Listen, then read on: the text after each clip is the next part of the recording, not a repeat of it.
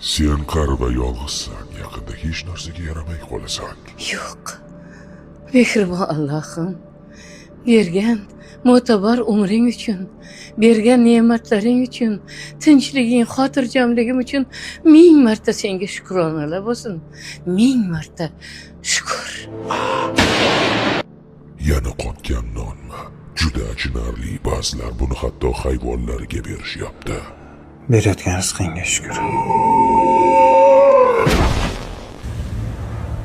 Bu kiyimlarni hozir hech kim kiymaydi, uyat. Sen juda kambag'alsan.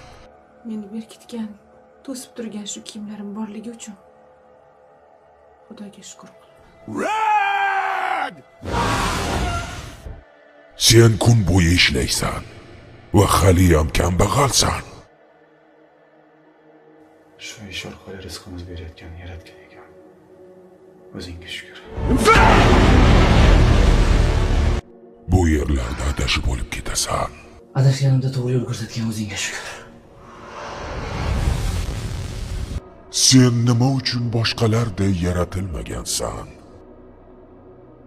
Yuragim urib turganiga Xudoga shukr.